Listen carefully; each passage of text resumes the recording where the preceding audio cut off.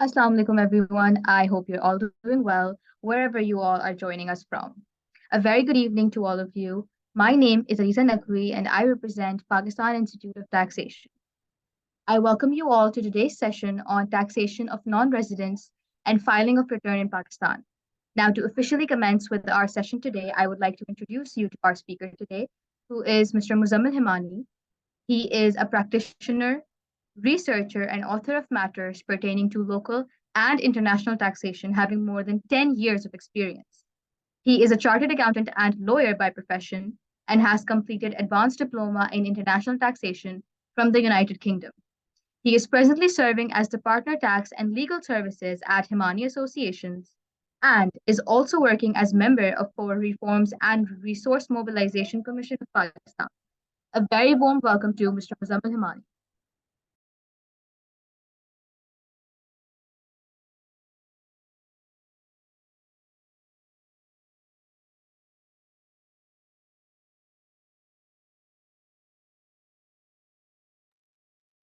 Assalamu alaikum. Am I audible? Walaikum salam. Yes, sir, you are. All right. Let us begin with our today's topic: taxation of non-residents and filing of return in Pakistan. Before we commence our session, I would like to give a brief about session. कि जो आज के session के अंदर हमें basically जो discussion हमारा रहेगा, that would be pertaining to the stages of foreign individual based on the physical presence. क्योंकि देखें आपका जब भी हम residence की बात करते हैं या किसी भी चीज़ की बात करते हैं तो that is derived from the physical presence. ठीक है. फिर इसके बाद हम बात करेंगे रेजिडेंट नॉन रेजिडेंट की कि आप कब जो है वो नंबर ऑफ डेज की बेसिस पे या किसी और क्राइटेरिया की बेसिस के ऊपर आप पाकिस्तान के रेजिडेंट बन सकते हैं. ठीक है. फिर सोर्सेज ऑफ इनकम के ऊपर हम बात करेंगे. Likewise, we are also going to discuss about the return filing requirements. Section 114 के ऊपर हम बात करेंगे कि नॉन रेजिडेंट्स के ऊपर आपके ऊपर कब जो है वो रिटर्न फाइलिंग की रिक्वायरमेंट्स होती हैं और कब रिटर्न फाइलिंग की रिक्वायरमेंट्स नहीं होती. फिर वेल्थ स्टेटमेंट एक काफ़ी जो है वो डिबेटेबल टॉपिक रहता है कि नॉन रेजिडेंट्स को क्या वेल्थ स्टेटमेंट फाइल करनी है और अगर फाइल करनी है तो किस एक्सटेंट तक करनी है. ठीक है. इसके ऊपर हम बात करेंगे. फिर foreign income and asset statement के ऊपर हम डिस्कशन करेंगे कि किस एक्सटेंट तक जो है वो ये इसकी एप्लीकेशन है. We are also going to discuss about the consequences of non filing of return within due date. For example अगर आप जो है वो एटीएल में नहीं आता आपका. ठीक है. पाकिस्तान के अंदर अगर हम बात करें क्योंकि ज़्यादातर जो पार्टिसिपेंट्स हैं वो ओवरसीज हैं. तो अगर आपका नाम पाकिस्तान में नहीं आता तो फिर उस केस के अंदर पाकिस्तान जो है वो नॉन फाइलर के एक सेपरेट कैटेगरी रखता है. ठीक है. Previously it was called as non filer. अब जो है वो आपका नॉन एटीएल के नाम से जो है उसको समझते हैं. इसी की लाइट में जो है वो 10 शेड्यूल आया उसी के उसके ऊपर भी हम बात करेंगे. फिर गिफ्ट्स की और जो कॉमन ट्रांजैक्शंस हैं जैसे फॉर एग्जांपल आप परचेज करते हैं या डिस्पोज ऑफ करते हैं इमूवेबल प्रॉपर्टी तो उस पर हम बात करेंगे. प्रॉफिट ऑन डेट की इनकम के ऊपर, कैपिटल गेन्स के ऊपर और डिविडेंड के ऊपर जो है वो हमारा डिस्कशन रहेगा. देखिए जब भी हम इंडिविजुअल की बात करते हैं कि बेसिकली देयर आर 4 स्टेजेस के एक तो ये कि जब आप फॉर एग्जांपल पाकिस्तान के अंदर स्टे कर रहे हैं. ठीक है. तो उस वक्त की लॉ की इम्प्लीकेशंस क्या है. ऑब्वियसली वो हमारा आज का टॉपिक नहीं है क्योंकि वो तो फिर रेजिडेंट के जो है वो डोमेन में चला जाएगा. हम लास्ट 3 स्टेजेस के ऊपर बात करेंगे कि फॉर एग्जांपल जब आप पाकिस्तान से मूव आउट कर रहे हैं उसमें क्या आपको टैक्स के बेनिफिट्स अवेलेबल है. फिर जब आप पाकिस्तान के से बाहर जो आप स्टे कर रहे हैं. ठीक है.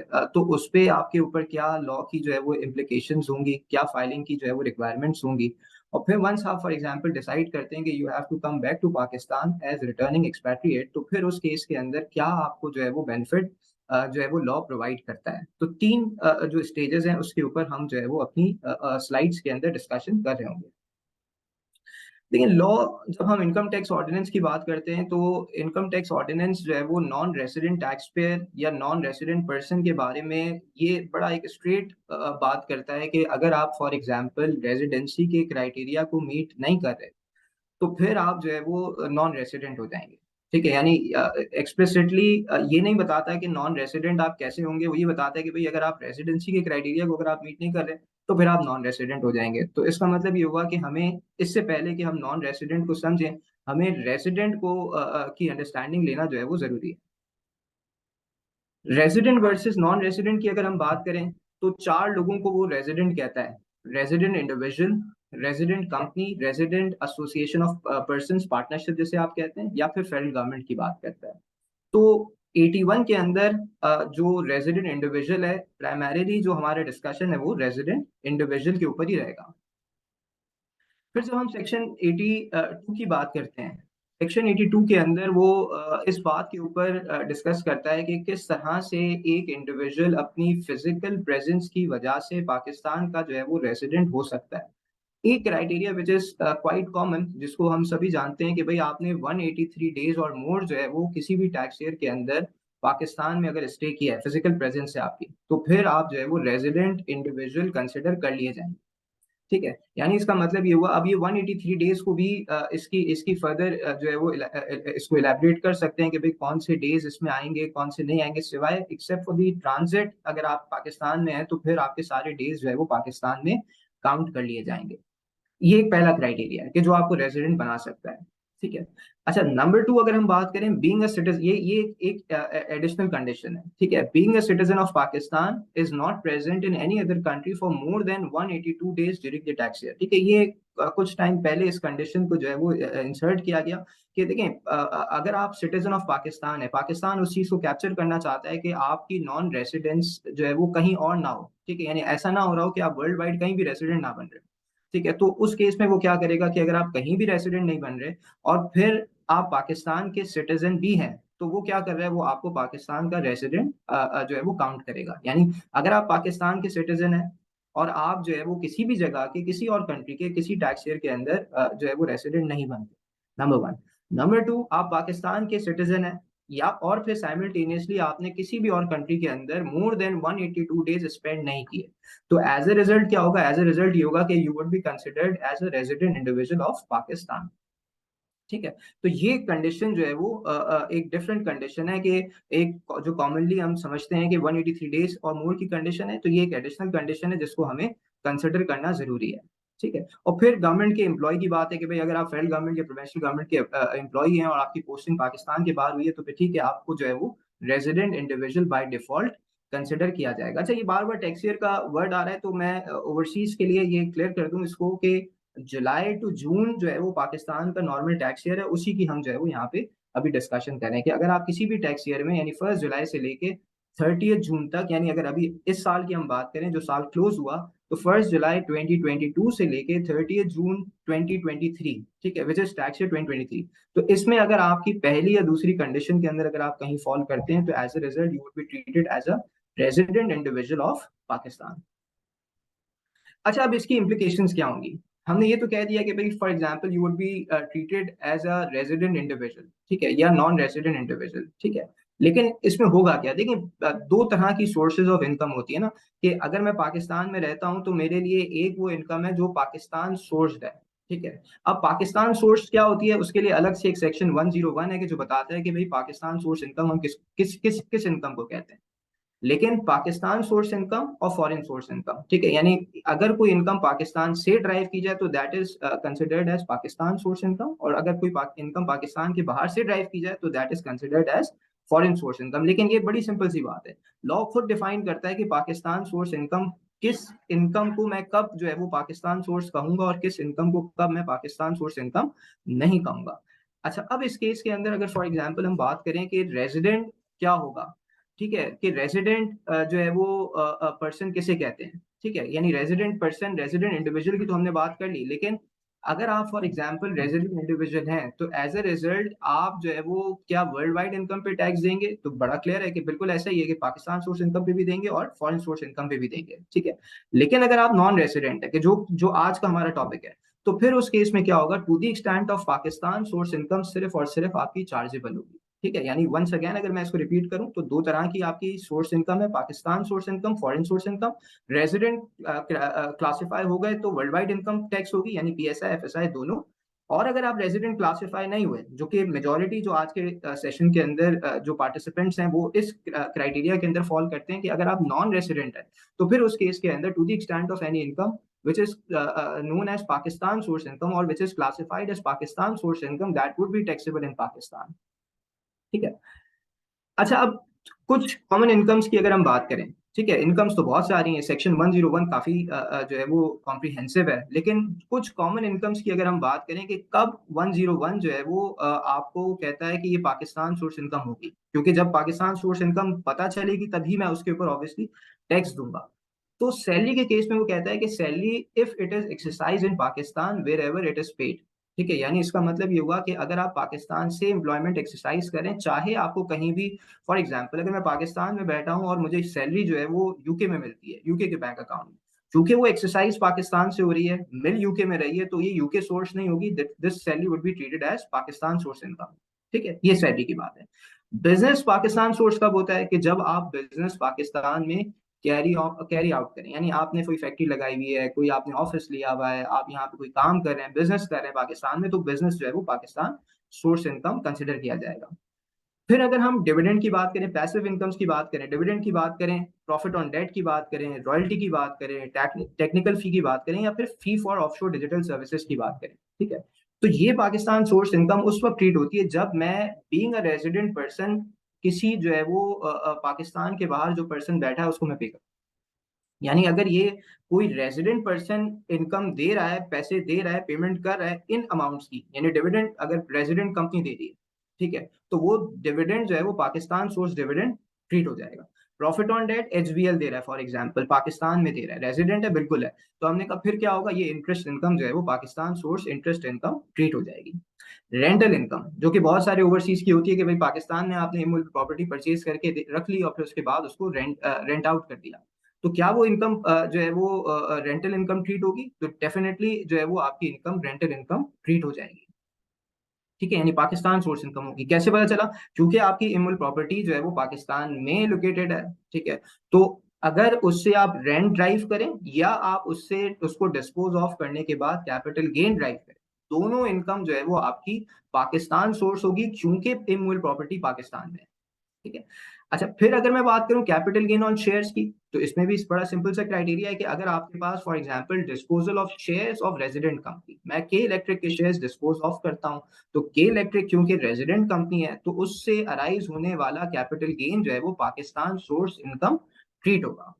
अच्छा क्यों हमने ये डिस्कस किया, हमने इसलिए डिस्कस किया क्योंकि रेजिडेंट तो आप है नहीं, आप नॉन रेजिडेंट है, नॉन रेजिडेंट की पाकिस्तान सोर्स इनकम पाकिस्तान में टैक्सेबल है।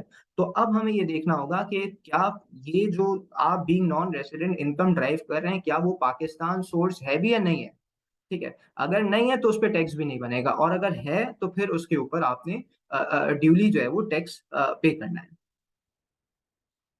अच्छा फिर क्योंकि हमने डिफरेंट स्टेजेस की बात की, ठीक है, तो उसमें से एक एग्जेम्पशन या एक favourable treatment which is given to the returning expatriates. Returning expatriates किसे कहते हैं कि भाई जो 4 साल या उससे ज्यादा पिछले 4 साल या उससे ज्यादा पाकिस्तान में ना हो। ठीक है, और अब आपने डिसाइड किया कि भाई पाकिस्तान आ जाएं। अब जब आप जिस साल में पाकिस्तान आए और उसके सब्सिक्वेंट टैक्स ईयर के अंदर अगर आपकी फॉरेन सोर्स इनकम है, तो फिर that foreign source income would not be taxable in Pakistan, that would be treated as an exempt income. ठीक है, यानी any foreign source income derive by a citizen of Pakistan in a tax year who was not a resident individual in any of the 4 tax year preceding the tax year in which the individual became a resident, ठीक है, shall be exempt। ठीक है, जिस साल आप आए और उसके सब्सिक्वेंट टैक्स ईयर के अंदर जो भी आपने फॉरेन सोर्स इनकम ड्राइव की, वो फॉरेन सोर्स इनकम क्योंकि आप रिटर्निंग एक्सपैट्रिएट हैं, तो फिर एज अ रिजल्ट वो आपकी 2 साल तक फॉरेन सोर्स इनकम पाकिस्तान में टैक्सेबल नहीं होगी।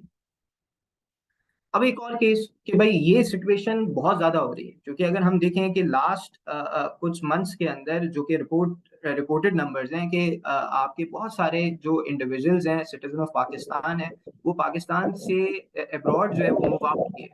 ठीक है, तो अगर आप पाकिस्तान के बाहर मूव आउट किए, तो फिर एज ए रिजल्ट क्या होगा, आपके पास जो भी सैलरी, फॉर एग्जांपल आप जब पाकिस्तान में थे तो आप मतलब रेजिडेंट बन गए। ठीक है, फॉर एग्जांपल मैं जो है वो जुलाई से लेके अप्रैल तक पाकिस्तान में ही था। अप्रैल में मैंने डिसाइड किया कि भाई मुझे फॉर एग्जांपल यूएई में मुझे जॉब मिल गई, मैं वहां चला जाता हूँ। तो जब मैं यूएई चला गया, ठीक है, और यूएई के अंदर मेरी उस साल की इनकम भी होगी, सैलरी इनकम भी होगी, तो क्योंकि मैं पाकिस्तान का रेसिडेंट हूँ, तो आइडियली क्या होना चाहिए कि पाकिस्तान सोर्स सैलरी और फॉरेन सोर्स दुबई की सैलरी दोनों पाकिस्तान में टैक्सेबल होनी चाहिए। लेकिन यहाँ पे उसने आपको एक बेनिफिट दिया कि अगर आप being a citizen of Pakistan, Pakistan से during the tax year Pakistan से बाहर चले गए और फिर उस टैक्स ईयर में पाकिस्तान वापस नहीं आए, तो उस टैक्स ईयर की जो भी आपकी फॉरेन सोर्स सैलरी होगी वो पाकिस्तान के अंदर टैक्सेबल नहीं होगी, वो एग्जेम्प्ट होगी। ठीक है, तो ये जो है वो आपके पास एक एडवांटेज है। अच्छा, अब हम ग्रेजुअली जो आगे प्रोसीड कर रहे हैं कि आपके पास रिटर्न फाइलिंग की रिक्वायरमेंट्स की अगर हम बात करें, ठीक है, तो सेक्शन 114 जो है वो डील करता है आपकी रिटर्न फाइलिंग की रिक्वायरमेंट से। अगर आपकी क्राइटेरिया बहुत सारे हैं उसमें, लेकिन जो नॉन रेसिडेंट से लिंक्ड क्राइटेरियाज हैं उसको हमने यहाँ पे कोशिश की है कि हम उसको रिप्रोड्यूस करें, कि अगर आपकी टैक्सेबल इनकम किसी भी टैक्स ईयर में एक्सीड कर जाती है 600,000 से ज्यादा, ठीक है, तो एज अ रिजल्ट आपके ऊपर मैंडेटरी है कि आप जो है अपना रिटर्न ऑफ इनकम फाइल करेंगे। ठीक है, नंबर टू, अगर आपकी इनकम कोई भी ऐसी इनकम है कि जो कि सब्जेक्ट टू टैक्स है अंडर फाइनल टैक्स रिजीम, ठीक है, अगर आप एफटीआर के अंदर फॉल करते हैं, फाइनल टैक्स के अंदर फॉल करते हैं, तो भी आपको जो है वो रिटर्न जो है वो अपना फाइल करना है उस साल का। इसके बाद अगर आप जो है वो प्रीसीडिंग टू टैक्स ईयर्स में से किसी भी एक टैक्स ईयर में आपकी इनकम सब्जेक्ट टू टैक्स रही है, ठीक है, यानी इस साल मैं कोई इनकम ड्राइव नहीं करता, फॉर एग्जांपल मैं इस साल जो है पाकिस्तान से बाहर चला गया जॉब हंट के लिए, मुझे जॉब नहीं मिली, मेरी कोई इनकम भी नहीं है, लेकिन पिछले 2 सालों में मैं पाकिस्तान में था, मेरी इनकम जो है वो दोनों सालों में या दोनों में से किसी एक साल में जो है वो पाकिस्तान में चार्जेबल टू टैक्स थी। तो एज ए रिजल्ट क्या होगा, क्योंकि मेरी पिछले 2 सालों में से किसी एक साल में चार्जेबल टू टैक्स थी, तो एज ए रिजल्ट ये होगा कि मुझे इस साल का रिटर्न भी इस बेसिस के ऊपर फाइल करना पड़ेगा। ठीक है, और इसी से एक लिंक्ड 114 के अंदर बात लिखी कि अगर आपके पास कैरी फॉरवर्ड लॉस है जो कि आप क्लेम करना चाहते हैं, तो उस बेसिस पे भी आप अपना रिटर्न फाइल करेंगे। अच्छा, ये बड़ी इंटरेस्टिंग बात है, any person who has obtained NTN, ठीक है, any person who has obtained NTN, ठीक है, तो फिर इस केस के अंदर क्या होगा कि अगर आपके पास फॉर एग्जांपल एनटीएन है, ठीक है, तो फिर रिजल्टेंटली आप जो है वो पाकिस्तान के अंदर जो है वो अपना रिटर्न ऑफ इनकम फाइल करेंगे। ठीक है, रिजल्टेंटली आप क्या करेंगे, आप अपना जो रिटर्न ऑफ इनकम है वो आप पाकिस्तान में फाइल करेंगे, क्यों, क्योंकि आपके पास जो है वो एनटीएन आपने ऑब्टेन किया हुआ है। अच्छा, इसके बाद दो कंडीशंस ऐसी हैं जिसमें एट टाइम्स जो है वो कंफ्यूजन रहती है कि क्या मैं, क्योंकि मैं ओवरसीज बैठा हुआ हूँ, ठीक है, क्योंकि मैं नॉन रेसिडेंट हूँ, लेकिन पाकिस्तान में मेरे पास जो है वो ओनरशिप में इमूवेबल प्रॉपर्टी है, चाहे वो कोई प्लॉट हो, फॉर एग्जांपल 500 स्क्वायर यार्ड्स या उससे ज्यादा का, कोई फ्लैट हो 2000 स्क्वायर फीट या उससे ज्यादा का, या मेरे पास कोई मोटर व्हीकल हो 1000 सीसी से ज्यादा की, ठीक है, तो क्या मुझे इन बेसिस के ऊपर अपना रिटर्न ऑफ इनकम फाइल करना है? तो नॉन रेसिडेंट के ऊपर इस इन बेसिस की वजह से आपको अपना रिटर्न ऑफ इनकम फाइल करने की जरूरत नहीं। लाइकवाइज अगर आप फॉर एग्जांपल मेंबर हैं किसी प्रोफेशनल बॉडी के, फॉर एग्जांपल अगर मैं आईकैप का मेंबर हूँ, फॉर एग्जांपल मैं आईसीएमएपी का मेंबर हूँ, ठीक है, अब मुझे, क्योंकि मैं मेंबर हूँ, तो लॉ कहता है कि आप किसी प्रोफेशनल बॉडी के, चैम्बर ऑफ कॉमर्स के, डिफरेंट बॉडीज के तो अगर आप मेंबर्स हैं तो फिर एज अ रिजल्ट क्या होगा, आपको रिटर्न फाइल करना है, लेकिन ये कंडीशन भी एप्लीकेबल है सिर्फ और सिर्फ रेजिडेंट के ऊपर, नॉन रेजिडेंट्स के ऊपर ये क्राइटेरिया जो है वो एप्लीकेबल नहीं है। यानी अगर आप नॉन रेजिडेंट हैं, यूएस में बैठे हुए हैं, आप आईकैप के मेंबर हैं, आपको जो है वो फाइल करने की जरूरत नहीं है। ठीक है,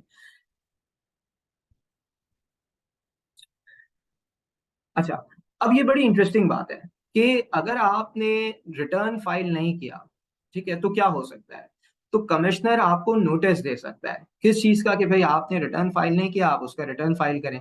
अगर आपने लास्ट 5 प्रीसीडिंग टैक्स ईयर्स में से कुछ सालों का किया, कुछ का नहीं किया, तो जिन सालों का आपने नहीं किया उन सालों का आपको नोटिस टू नॉन फाइलर आएगा, और उसकी कंप्लाइंस कैसी होगी, रिटर्न फाइल करके।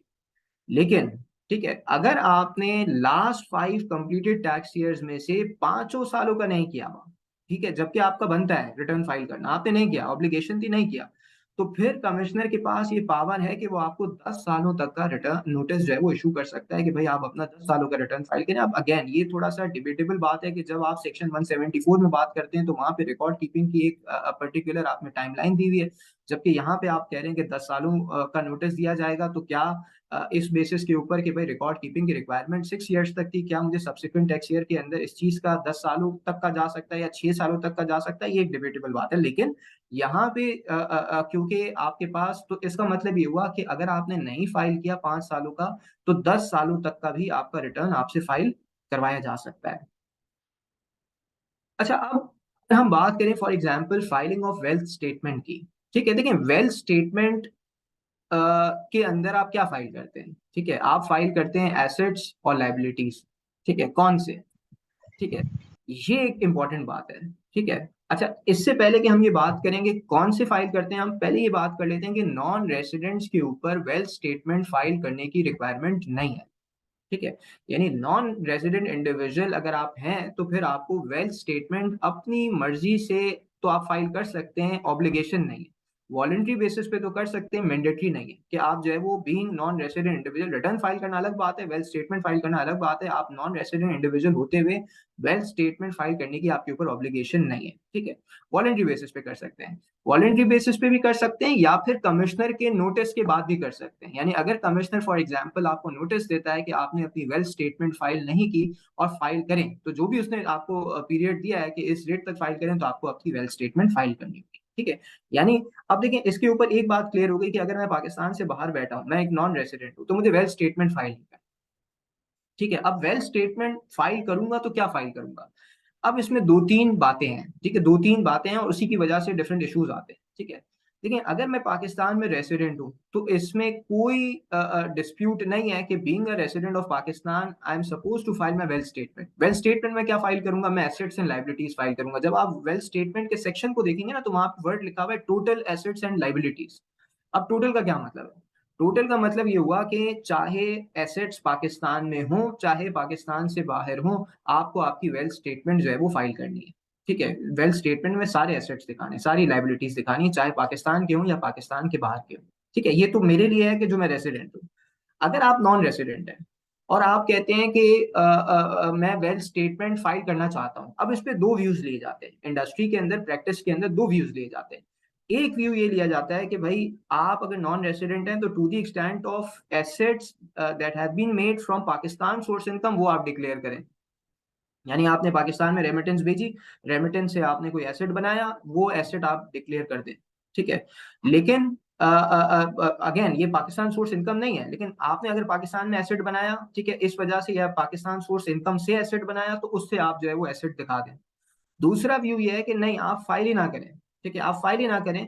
आप क्या करें, या तो फाइल, अगर फाइल करना है तो पूरा करें, फॉरेन एसेट्स भी दिखाएं। ठीक है, लोकल एसेट्स भी दिखाएं, फॉरेन एसेट भी दिखाएं। यानी अगर आप अफ्रीका में बैठे हैं तो अफ्रीका के एसेट दिखाएं, अगर आप ऑस्ट्रेलिया में बैठे हैं तो ऑस्ट्रेलिया में जितने आपके एसेट्स हैं वो पाकिस्तान की वेल्थ स्टेटमेंट में फाइल करें। ठीक है, आइडियली ये होना चाहिए। लेकिन अगर आप नहीं कर रहे तो फिर कुछ भी ना करें। ठीक है, क्यों? क्योंकि जिस जिस साल आप पाकिस्तान वापस आएंगे, ठीक है, उस साल आप वेल्थ स्टेटमेंट फाइल करेंगे। जब आप वेल्थ स्टेटमेंट उस साल फाइल करेंगे तो क्या होगा? उस साल की ओपनिंग के अंदर आपको सारे एसेट्स दिखाने पड़ेंगे, चाहे वो पाकिस्तान का हो चाहे वो पाकिस्तान के बाहर का हो।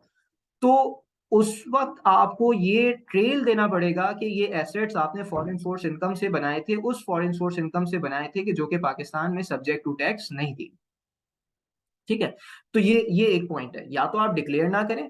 ठीक है, वेल्थ स्टेटमेंट को डिक्लेयर कर रहे हैं तो पूरा करें। अदरवाइज अगर आप नहीं डिक्लेयर कर रहे तो फिर ट्रेल रखें, ताकि सब्सिक्वेंटली अगर आप पाकिस्तान आए तो उस वक्त अगर आपको जस्टिफाई करना पड़े, क्योंकि इसमें तो लिखा है ना कि कभी भी आपको कह सकता है, कभी भी कह सकता है, पीरियड नहीं लिखा कि कितने सालों तक कह सकता है। तो जब अगर आप पाकिस्तान आते हैं और वो आपसे कहता है वेल्थ स्टेटमेंट फाइल करें, तो obviously that would be a challenge कि आप उसको सब्सटेंशिएट कैसे करेंगे, उसको जस्टिफाई कैसे करेंगे। तो इसलिए रिकॉर्ड्स जो है वो आपके पास होना जरूरी है कि आप ये बता सकें कि ये मैंने उस फॉरेन सोर्स इनकम से बनाया था कि जब मैं पाकिस्तान में नॉन रेसिडेंट था और वो पाकिस्तान में सब्जेक्ट टू टैक्स ही नहीं थी। ठीक है, अच्छा, फिर अगर हम बात करें foreign income and asset statement की, ठीक है, तो रेजिडेंट टैक्स पेयर के ऊपर ये ऑब्लिगेशन है कि अगर उसकी फॉरेन इनकम यूएसडी $10,000 से ज्यादा है, $10,000 या उससे ज्यादा है, या उसके फॉरेन एसेट्स $100,000 या उससे ज्यादा है, तो फिर उसने अपनी अलग से एक स्टेटमेंट फाइल करनी है, foreign income and asset statement. ठीक है, again that is not applicable to on non residents. अगर आप नॉन रेसिडेंट है तो आपको अलग से इसकी कंप्लाइंस करने की रिक्वायरमेंट नहीं है। इसमें भी यही बात है कि भाई foreign income and asset statement के अंदर भी कमिश्नर चाहे तो वो आपको नोटिस देके जितने टाइम की वो चाहे वो आपसे फाइल करवा सकता है, इसमें कोई पीरियड स्पेसिफाइड नहीं है। तो फिर due date of filing of return की अगर हम बात करें, ठीक है, तो टैक्स ईयर में पता है 1 जुलाई टू 30 जून है। ठीक है, लास्ट डेट 30 सितंबर है। ठीक है, जो कि नेक्स्ट वीक है। अच्छा, फिर अगर हम बात करें एक्सटेंशन क्या मिल सकती है, बिल्कुल मिल सकती है, ठीक है। एक्सटेंशन क्या मैं मैन्युअली फाइल कर सकता हूँ? अगर मैं 30 सितंबर तक प्रिपेयर्ड नहीं हूँ तो क्या मैं एक्सटेंशन फाइल कर सकता हूँ? बिल्कुल फाइल कर सकता हूँ सेक्शन 119 के अंदर। लेकिन this extension would only be for filing of return, this would not be an extension for payment, ठीक है। फॉर एग्जाम्पल मेरा टैक्स लाइबिलिटी भी बनती है, ठीक है, टैक्स लाइबिलिटी बनती है। मैंने कहा भाई मैं 30 सितंबर तक प्रिपेयर्ड नहीं था, मैंने एक्सटेंशन फाइल कर दी, तो एक्सटेंशन मुझे सिर्फ और सिर्फ मिलेगी किस चीज की? फाइलिंग की। पेमेंट ना करने पर डिफॉल्ट सरचार्ज लगेगा 12% पर एनम का, ठीक है। लेकिन ये वो उस एक्सटेंशन की हम बात करें कि अगर एफबीआर ऑन इट्स ओन जो है वो ग्रांट नहीं करता, ठीक है, अगर वो अपने पावर्स को यूज करते हुए कॉन्डिनेशन दे देता है 214A के अंदर, तो फिर उसमें क्या होगा कि वो सबके लिए, वो फिर आपके लिए नहीं है, आपको फाइल करने की नहीं जरूरत, फिर क्या है कि फिर वो सबके लिए, ठीक है, सबके लिए एक्सटेंशन है। जो जब सबके लिए एक्सटेंशन है तो फिर that would be not only limited to filing of return, ठीक है, वो आपकी फिर पेमेंट के लिए भी है, ठीक है, यानी डॉक्यूमेंट सबमिशन के लिए भी है और फिर पेमेंट के लिए भी, दोनों चीजों के लिए। अच्छा, अगर मैं return within due date file ना करूं तो क्या होगा?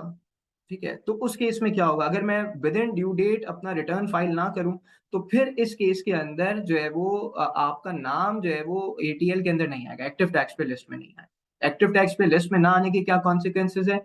जो भी आपके पास इनकम आप ड्राइव करेंगे, जो नॉर्मल टैक्स रेट है वो नहीं लगेगा, 100% डबल टैक्स रेट लगेगा, कुछ केसेस के अंदर 200%, कुछ केसेस में 250% भी, ठीक है।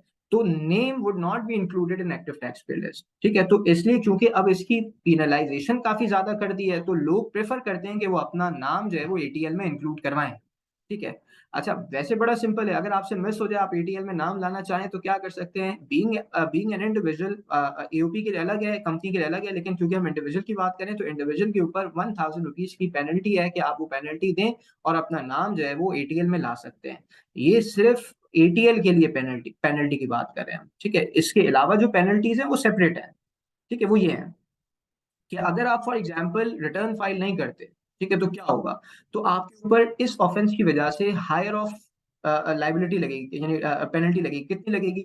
0.1% of tax payable for each day of default और ₹1000 of each day of default whichever is higher, ठीक है। अब इसमें मिनिमम कितनी है? 10,000 सैलड केस के लिए, और अदर केसेस में 50,000 तक लग सकती है, ठीक है। यानी ये नॉन फाइलिंग ऑफ रिटर्न की जो पेनल्टी है वो आप ये समझ लें कि मिनिमम पेनल्टी 50,000, ठीक है।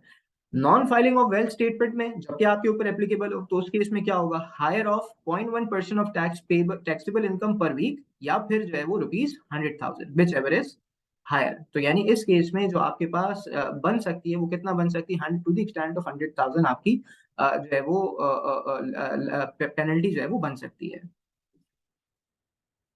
अच्छा, अब थोड़ा सा डिस्कशन हम अपना इनकम्स की तरफ और आरडीए और नॉन आरडीए ट्रांजैक्शंस के ऊपर हम लेके जाएंगे। इससे पहले हम गिफ्ट्स के ऊपर बात कर लेते हैं कि गिफ्ट्स एक जो है वो काफी कॉमन जो है वो एक ट्रांजैक्शन है कि जो इंडिविजुअल के केसेस में यूजुअली होती है। तो उसमें क्या होता है, ठीक है। देखिए, दो कैटेगरीज के अंदर दो सेक्शंस की हम बात करें, सेक्शन 39 की और 79 की, ठीक है। दो कैटेगरीज के अंदर गिफ्ट को डिवाइड किया जाता है, एक रिलेटिव्स के अंदर और एक अदर देन रिलेटिव में, और फिर इसमें भी एक कैश गिफ्ट है और एक नॉन कैश गिफ्ट है, मॉनेटरी और नॉन मॉनेटरी की बात करें, ठीक है। तो रिलेटिव के अंदर यूजुअली आपके जो ब्लड रिलेशनशिप्स होते हैं वो इसके अंदर स्पाउस हो गए, ग्रैंड पेरेंट्स हो गए, एडॉप्टेड चाइल्ड है, एंसेस्टर, ये सारे जो आपके पास जो है वो रिलेटिव हो जाते हैं। अच्छा, अब होगा क्या अगर मैं एक गिफ्ट की ट्रांजैक्शन कर रहा हूँ रिलेटिव के साथ, अपने किसी जो है वो रिलेटिव के साथ, तो जो गिफ्ट देने वाला है उसके लिए कंसिडरेशन कॉस्ट के बराबर हो जाएगी।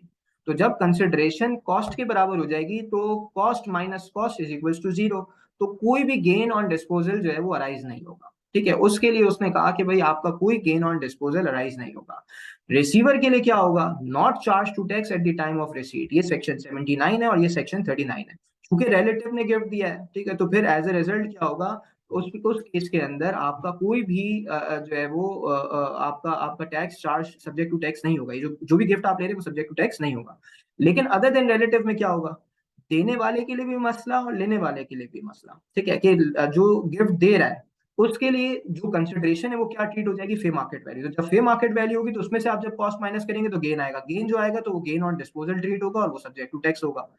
रिसीवर के लिए क्या इशू है? रिसीवर के लिए भी यही है कि it would be charge to tax at fair market value of the receipt, यानी अदर देन रिलेटिव में गिफ्ट के मसले हैं, रिलेटिव्स के अंदर कंपैरेटिवली इसके अंदर आपको फेवरेबल ट्रीटमेंट लॉ जो है वो प्रोवाइड कर रहा होता है।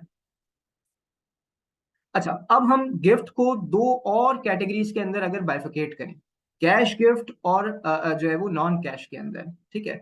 तो अगर हम कैश की पहले बात करें और आप स्पेसिफाइड रिलेटिव से ही ले रहे हैं, ठीक है, जिनकी हमने बात की। अच्छा, तो इसके लिए क्राइटेरिया क्या, ये लेने वाले के पर्सपेक्टिव में, रेसिपिएंट के लिए बात करें हम, दो क्राइटेरिया है कि आपने क्रॉस चेक या बैंकिंग चैनल के थ्रू लिया हो और जिससे आप गिफ्ट ले रहे हैं वो एनटीएन होल्डर हो। तो अगर दोनों कंडीशंस पूरी हो जाती है तो फिर ये लेने वाले के लिए इनकम ट्रीट नहीं होगा, इनकम फ्रॉम अदर सोर्सेज में क्लासिफाई नहीं होगा, ठीक है। लेकिन अगर आप रिलेटिव से ही ले रहे हैं और इन दोनों में से दोनों कंडीशंस या कोई एक कंडीशन भी अगर फुलफिल नहीं होती, यानी आपने या तो बैंकिंग क्रॉस चेक के थ्रू नहीं लिया, बैंकिंग चैनल के थ्रू नहीं लिया, जिससे ले रहे हैं उसके पास एनटीएन नहीं था, तो इस केस में क्या होगा, जो लेने वाला है, गिफ्ट लेने वाला, उसकी इनकम जो है वो इनकम फ्रॉम अदर सोर्सेज में टैक्स हो जाएगी, ठीक है। अच्छा, अगर आप कैश गिफ्ट लें, कैश गिफ्ट लेने लें और आप किससे ले रहे हैं, अदर देन स्पेसिफाइड रिलेटिव, तो फिर कंडीशन की बात ही नहीं है। रिलेटिव के अलावा किसी और से कैश गिफ्ट ले रहे हैं तो फिर straight away recipient of gift के लिए ये इनकम ट्रीट हो जाएगी, इनकम फ्रॉम अदर सोर्सेज में ये सब्जेक्ट टू टैक्स होगा।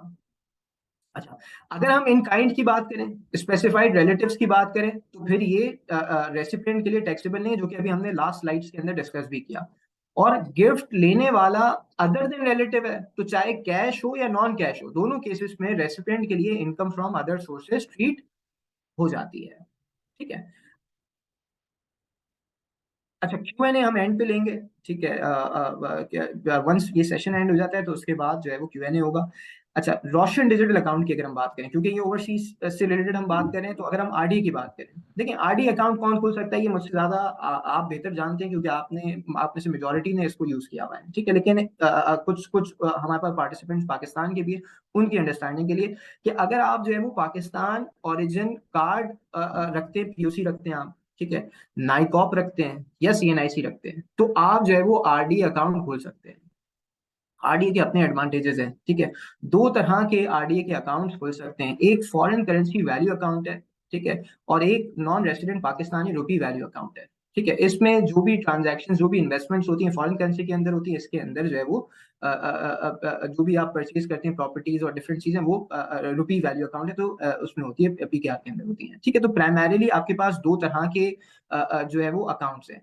अब इन आरडीए की ट्रांजैक्शन की हम बात क्यों करें, ठीक है, हम इसलिए बात करें कि इसके अंदर टैक्स के भी कुछ एडवांटेजेस हैं, डिपेंडिंग ऑन के आपकी ट्रांजैक्शन क्या है। तो starting from purchase and sale of immovable property, अगर हम बात करें आपने पाकिस्तान में कोई इमूवेबल प्रॉपर्टी परचेज की, ठीक है, या बेची, डिस्पोज ऑफ की, तो उसमें क्या होगा, ठीक है।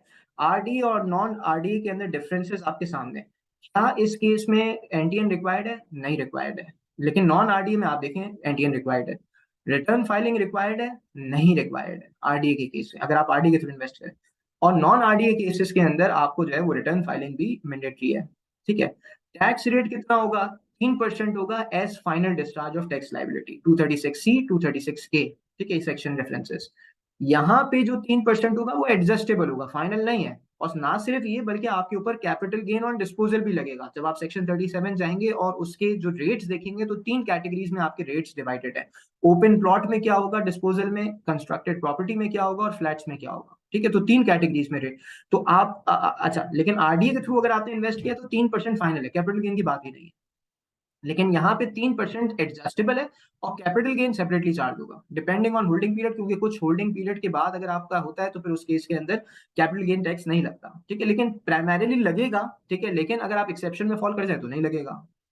अच्छा, 10 शेड्यूल की अगर हम बात करें, तो 10 शेड्यूल क्या चीज है, एक दफा मैं ओवरसीज के लिए बता देता हूँ कि देखिए 10 शेड्यूल आपके पास पहले होता था, आपके पास फाइलर और नॉन फाइलर की कैटेगरी होती थी, बाइफिकेशन होती थी। आप देखेंगे ना कि लिस्ट काफी प्रोलॉन्ग हो जाती थी कि भाई फाइलर क्या होगा, नॉन फाइलर क्या होगा, फाइलर क्या। अब इन्होंने क्या किया था कुछ टाइम पहले, इसको सिंप्लीफाई कर दिया कि भाई फाइलर के ये रेट्स हैं, एटीएल वालों के ये रेट्स हैं, जो एटीएल में नहीं है, ठीक है, उनके लिए 100% डबल टैक्स रेट एप्लीकेबल है। कुछ केसेस में 100, कुछ में 200, कुछ में 250%, इस तरह से। तो 10 शेड्यूल ये चीज है कि अगर आप फॉर एग्जाम्पल 3% की जगह अगर मेरा नाम एटीएल में ना आ रहा हो और मैं नॉन आरडीए करूं तो 6% भी लग सकता है। फॉर एग्जाम्पल, ठीक है, यहाँ पे ज्यादा लगता है 200% 250% लगता है, लेकिन मैं एग्जाम्पल दे रहा हूँ कि यूजुअल जो रेट है वो 100% डबल हो जाता है अगर मेरा नाम एटीएल में ना रहा हो। लेकिन अगर मैं आरडीए के थ्रू ट्रांजैक्शन कर रहा हूँ तो मेरे ऊपर 10 शेड्यूल एप्लीकेबल ही नहीं है, ठीक है। यानी अगर मेरा नाम एटीएल में नहीं आ रहा, क्योंकि क्यों नहीं आ रहा, क्योंकि आप ही ने कहा था कि रिटर्न फाइलिंग की रिक्वायरमेंट नहीं है, तो फिर एज ए रिजल्ट क्या होगा, 3% जो है वो आपका आपका जो भी टैक्स होगा वो फाइनल टैक्स हो जाएगा। ये purchase and sale of immovable property की बात है। अच्छा, फिर अगर हम इंटरेस्ट की बात करें, ठीक है, तो फिर आरडी और नॉन आरडी की अगर हम बात करें तो गवर्नमेंट सिक्योरिटी जिसमें शरिया कंप्लाइंट भी हैं, आपके पास कन्वेंशनल भी हैं, अगर आप उसमें करते हैं तो 10% फाइनल टैक्स होगा। बैंक डिपॉजिट में आपके पास कुछ भी जो है वो टैक्स नहीं है, ठीक है। नॉन आरडीए में देखें, फॉरेन करेंसी अकाउंट में आपके पास कुछ भी नहीं है, profit clause 78-79 part 1 second schedule. Rupee account की अगर हम बात करें तो इसके अंदर क्या है कि आपके पास 0% है, यानी अगर फॉरेन एक्सचेंज रेमिटेंस के थ्रू आपने रुपी अकाउंट फीड किया है तो उसके अंदर क्या होगा, उसमें जो है वो 0% आपका, इसमें भी कोई टैक्स जो है वो चार्जेबल टैक्स नहीं होगा। उसके अलावा क्या होगा, 7B में फॉल कर जाएगी, 7B रेड विद सेक्शन 151। उसमें उसमें उसमें अगर आपकी इंटरेस्ट इनकम 5 मिलियन तक है तो 15% फाइनल टैक्स हो जाएगा। इंटरेस्ट इनकम 5 मिलियन से ज्यादा है, इंटरेस्ट इनकम, प्रिंसिपल की बात नहीं करें, इंटरेस्ट इनकम 5 मिलियन से ज्यादा है तो उस केस में आपके पास ये 15% एडजस्टेबल हो जाएगा और आप जो है वो इनकम फ्रॉम अदर सोर्सेज में फॉल कर जाएंगे, यानी आपने अपनी लाइबिलिटी खुद देनी है और जितना आपका टैक्स कलेक्ट हुआ उसमें से वो माइनस हो जाएगा, ठीक है। फिर इस केस में भी 10 शेड्यूल एप्लीकेबल नहीं है, ठीक है। इस केस में जो है वो नॉन आरडीए केसेस के अंदर 10 शेड्यूल एप्लीकेबल है। यहाँ पे भी अगर आप एनडीएन की बात करें तो कोई रिक्वायरमेंट नहीं है, ठीक है। 114A पार्ट 4, शायद 114A, if I correctly recall, part 4 of second schedule, ठीक है। ये इसके ऊपर बात करता है। रिटर्न फाइलिंग की भी रिक्वायरमेंट नहीं है, लेकिन अगर हम नॉन आरडीए की बात करें तो इस केस के अंदर आपके पास रिक्वायरमेंट है। फिर डिविडेंड की बात कर लें, तीन चीजें, एनटीएन, रिटर्न फाइलिंग, 10 शेड्यूल, ठीक है, ये एप्लीकेबल नहीं है, ठीक है। यहाँ पे देखिए आपके पास रेट क्या है, 15% है फाइनल टैक्स, यहाँ पे भी 15% एज फाइनल टैक्स है, ठीक है। फिर कैपिटल गेन्स की बात करें, कैपिटल गेन्स के अंदर आरडीए और नॉन आरडीए फिर अगर हम डिस्टिंग्विश करें, ठीक है, तो आरडीए के केसेस के अंदर आपके पास जो है वो गवर्नमेंट सिक्योरिटी जिसमें वही कन्वेंशनल और शरिया कंप्लाइंट और वो सारी चीजों की अगर हम बात करें तो एनटीएन की रिक्वायरमेंट नहीं है, रिटर्न फाइलिंग की रिक्वायरमेंट नहीं है। टैक्स कितना लगेगा, गवर्नमेंट सिक्योरिटीज के केस के अंदर 10% फाइनल टैक्स लगेगा, ठीक है। और यहाँ पे कितना लगेगा, होल्डिंग पीरियड की बेसिस पे सेक्शन 37 है, जिसमें आप देखेंगे ना कि अगर आपका 1 साल तक होल्डिंग पीरियड हो तो क्या होगा, 2 साल तक होल्डिंग पीरियड हो तो क्या होगा, तो 15% और फिर इससे कम जो है वो टैक्स रेट्स आपके ऊपर एप्लीकेबल है। अगेन, 10 शेड्यूल की बात करें तो आरडीए केसेस के अंदर 10 शेड्यूल एप्लीकेबल नहीं है, और अगर हम नॉन आरडीए की बात करें तो उसमें जो है वो आपके पास जो 10 शेड्यूल है वो जो है वो एप्लीकेबल हो जाता है। अच्छा, पूरी डिस्कशन के अंदर जो हमने बात की कि जो आपके पास टेक अवेज हैं वो क्या होंगे, ठीक है। हमने बहुत सारी डिफरेंट डिस्कशंस की और इस पे आसिफ हारून साहब फर्दर इसको इलेबोरेट भी करेंगे और इसके क्वेश्चन आंसर सेशन को भी एड्रेस करेंगे। लेकिन इससे पहले अगर हम बात करें कि आपके पास की टेक अवेज क्या है, ठीक है, कि सबसे पहले आपने ये देखना है कि आपका बीइंग अ नॉन रेजिडेंट, क्या आप रेजिडेंसी के क्राइटेरिया को फुलफिल करें या नहीं करें, ठीक है, नंबर 1। नंबर 2, क्या आपके ऊपर रिटर्न फाइलिंग की रिक्वायरमेंट एप्लीकेबल है या रिटर्न फाइलिंग की रिक्वायरमेंट एप्लीकेबल नहीं है। नंबर 3, अगर आप नहीं कर रहे, यानी अगर आप नॉन रेजिडेंट हैं तो क्या आपको वेल्थ स्टेटमेंट फाइल करनी है, ठीक है, या फिर आप रिकॉर्ड्स रखेंगे और जब आएंगे तो फिर ओपनिंग में इसको मेंशन करेंगे, ठीक है। ये एक और इम्पोर्टेंट जो है वो बात है। फिर अगर आपका नाम एटीएल में नहीं आता है, टाइम्स भी आप पाकिस्तान से बाहर होते हैं तो आपको यहाँ पे बैंकिंग प्रॉफिट्स के ऊपर भी डबल टैक्स कट रहा होता है, आपको साल के आखिर में पता चलता है कि भाई ये तो डबल टैक्स हो गया, प्रॉपर्टी आपने की उस पर डबल टैक्स हो गया।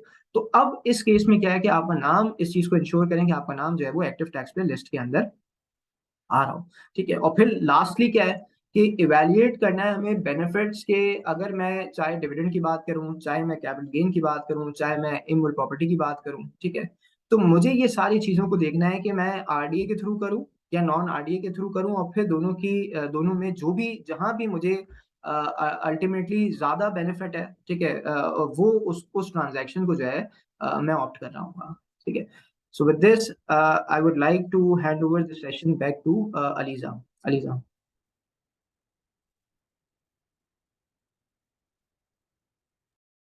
All right. Thank you so much, sir. That was indeed very valuable.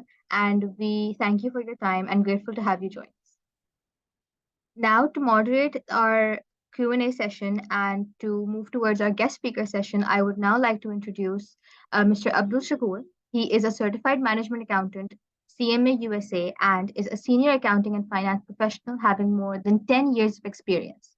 He is a regional director for Institute of Financial Accountants, IFA UK, for Pakistan, and chief financial officer for Kohinoor High Tech PVT Limited. Over to you, sir. Thank you very much, Aliza. I believe I'm audible to everyone and you can hear me properly. Yes, sir, we can. All right, so I believe Sarasaf Haroon is joining. So meanwhile, if there is any question or query by anyone, you can ask, you can write in the chat window and we will try our level best to answer your queries.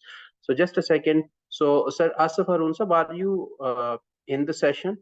If you are joining with any other name. I have joined. I am just changing my Okay, name. okay. I've joined from okay. my daughter's iPad. So sorry for that. My name is not appearing.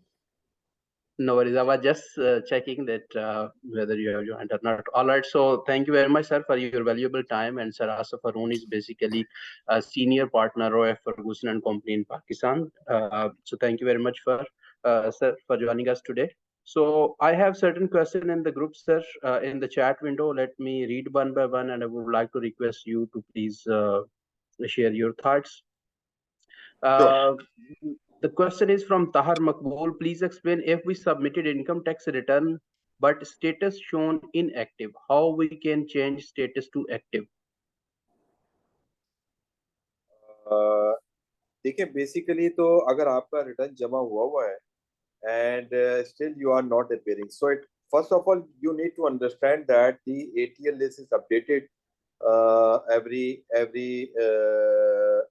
week, but the ATL is based on that. For example, आज जो ATL चल रही है that is based on के जो tax year 22 के return थे उसकी अपडेट हो गई है उसकी बेस पे मार्च 2023 तक, ठीक है। तो आज अगर कोई सिर्फ 2023 का रिटर्न जमा कराएगा और 22 का नहीं कराएगा तो उसका नाम आई बिलीव के शायद ATL में नहीं आएगा। Muzammil, am I correct?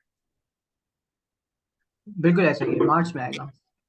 हाँ, तो ये मार्च में आएगा। तो if anyone basically wants to be a filer, अच्छा अब एक सिचुएशन है कि फॉर एग्जांपल आज 22 का ही उसने रिटर्न जमा कराया बट लेट जमा कराया है, तो उसका आई थिंक ATL में नाम उस वक्त आएगा जब शायद 181A में शायद लिखा हुआ है कि आप एक पेनल्टी देंगे और उसके बाद जो है वो उसका नाम फिर रिस्टोर होगा। मुज़म्मिल ऐसा ही है ना? ऐसे ही 182A के अंदर आप अगर पेनल्टी देते हैं तो फिर उसमें 1000 रुपीज की पेनल्टी देंगे और आपका नाम ATL में आ जाएगा।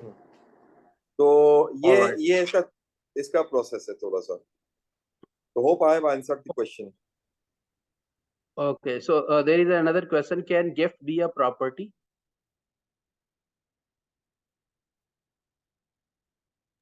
जी बिल्कुल। Okay, so मैं इसको explain करता हूँ थोड़ा सा। हाँ जी, गिफ्ट एक और थोड़ा। जी बोलें। Can gift from relative be a property in this case, else consideration received will be equal to cost? जी बेसिकली देखिए सवाल ये है कि गिफ्ट जो है वो रिलेटिव से जब आता है तो गिफ्ट जो है वो नॉन टैक्सेबल इवेंट है, ठीक है। Gift can be property as well as immovable property, movable property, cash, jewellery और bank account to bank account transfer. So every sort type of the gifts are basically non-taxable, except for that in case of a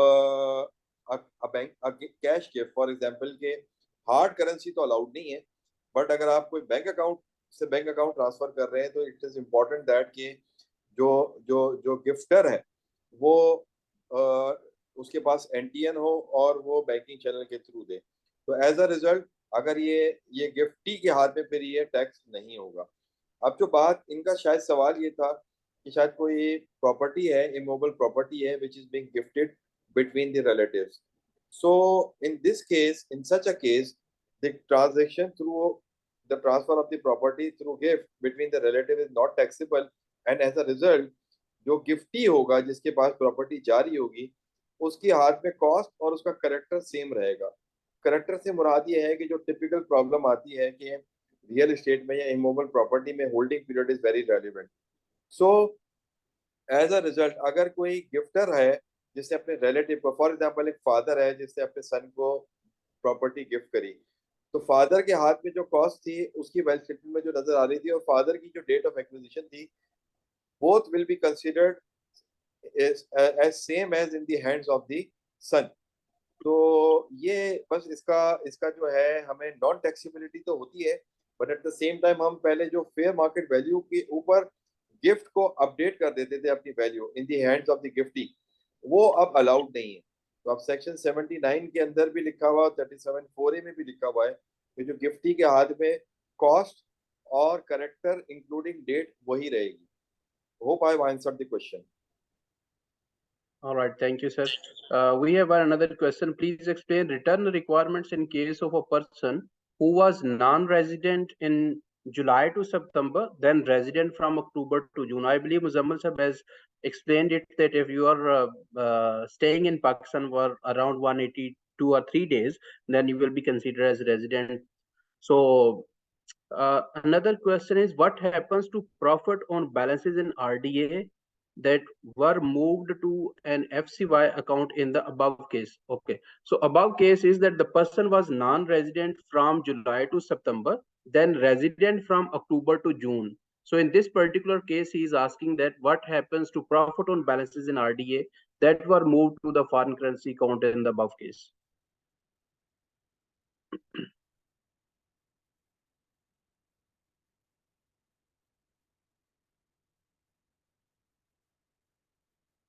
Muzammil Sahab, can you hear me?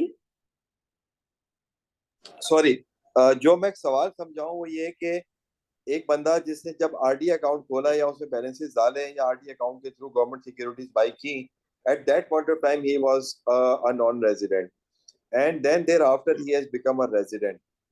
सो मेरी जहाँ तक information है वो ये है कि जब ये रेजिडेंशियल स्टेटस चेंज होता है तो banks are also required to first of all update, because के जो ये आरडी अकाउंट्स खुलते हैं ये बैंक्स के पास खुलते हैं और स्टेट बैंक की इंस्ट्रक्शंस है कि वो at the start of the year वो, देखिए बैंक को भी नहीं पता ना कि आज आरडीए जिसने खोला हुआ साल में वो नॉन रेजिडेंट रहेगा कि नहीं रहेगा। तो अगर वो मिडिल ऑफ द ईयर में अगर रेजिडेंट बन जाता है तो एज अ रिजल्ट उसकी पूरे साल की, अच्छा अब इसमें दो चीजें होंगी, एक तो ये है कि विदहोल्डिंग होती है ट्रांजेक्शन स्पेसिफिक। अब अगर जैसे गवर्नमेंट सिक्योरिटीज पे 10% है उसकी जो है वो आरडीए की इनकम, तो आई थिंक के जो रेजिडेंट पर्सन भी जिसकी फॉरेन एसेट्स अगर डिक्लेयर्ड है तो वो भी आई थिंक के वो सेम टैक्स रेट पे टैक्सेबल होता है जो कि नॉन रेजिडेंट होता है। Muzammil, am I correct?